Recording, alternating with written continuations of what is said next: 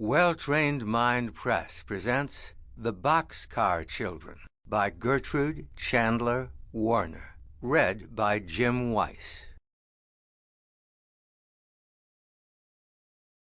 Chapter 1. The Flight.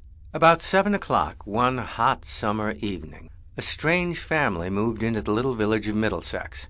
Nobody knew where they came from or who they were, but the neighbors soon made up their minds what they thought of the strangers, for the father was very drunk.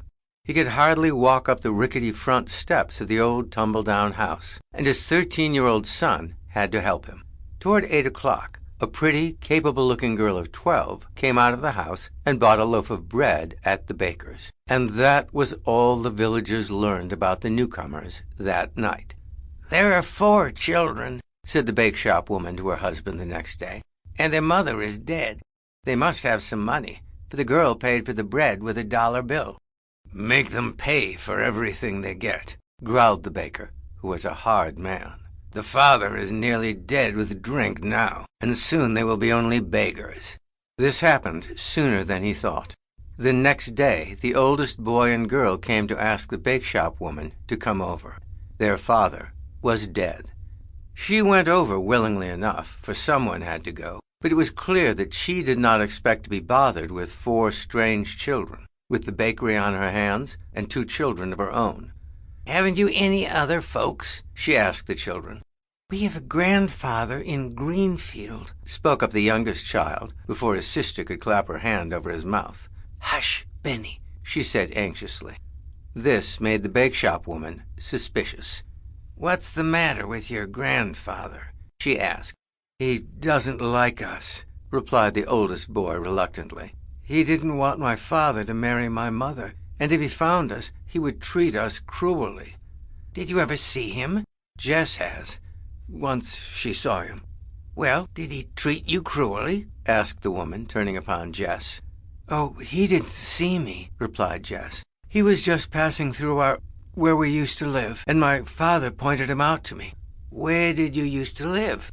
went on the questioner. But none of the children could be made to tell. "We will get along all right alone, won't we, Henry?" declared Jess. "Indeed we will," said Henry. "I will stay in the house with you tonight," said the woman at last, "and tomorrow we will see what can be done." The 4 children went to bed in the kitchen, and gave the visitor the only other bed in the house. They knew that she did not at once go to bed, but sat by the window in the dark. Suddenly, they heard her talking to her husband through the open window. "They must go to their grandfather, that's certain," Jess heard her say. "Of course," agreed her husband. "Tomorrow we will make them tell us what his name is."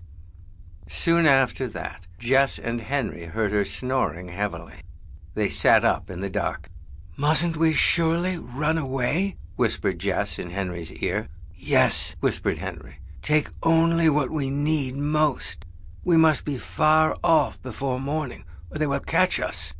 Jess sat still for a moment, thinking, for every motion she made must count. "I will take both loaves of bread," she thought, "and Violet's little work-bag. Henry has his knife, and all Father's money is in my pocket." She drew it out and counted it in the dark, squinting her eyes in the faint light of the moon.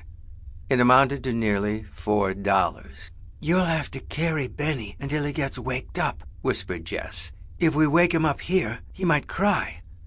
She touched Violet as she spoke. "Shh, Violet, come, we're going to run away," she whispered. The little girl made no sound. She sat up obediently and tried to make out the dim shadow of her sister. "What shall I do?" she said, light as a breath. "Carry this," said Jess, handing her the work-bag and a box of matches. Jess tiptoed over to the tin box on the table, drew out the 2 loaves of bread, and slipped them into the laundry bag. She peered around the room for the last time, and then dropped 2 small, clean towels and a cake of soap into the bag. "All right, pick him up," she said to Henry.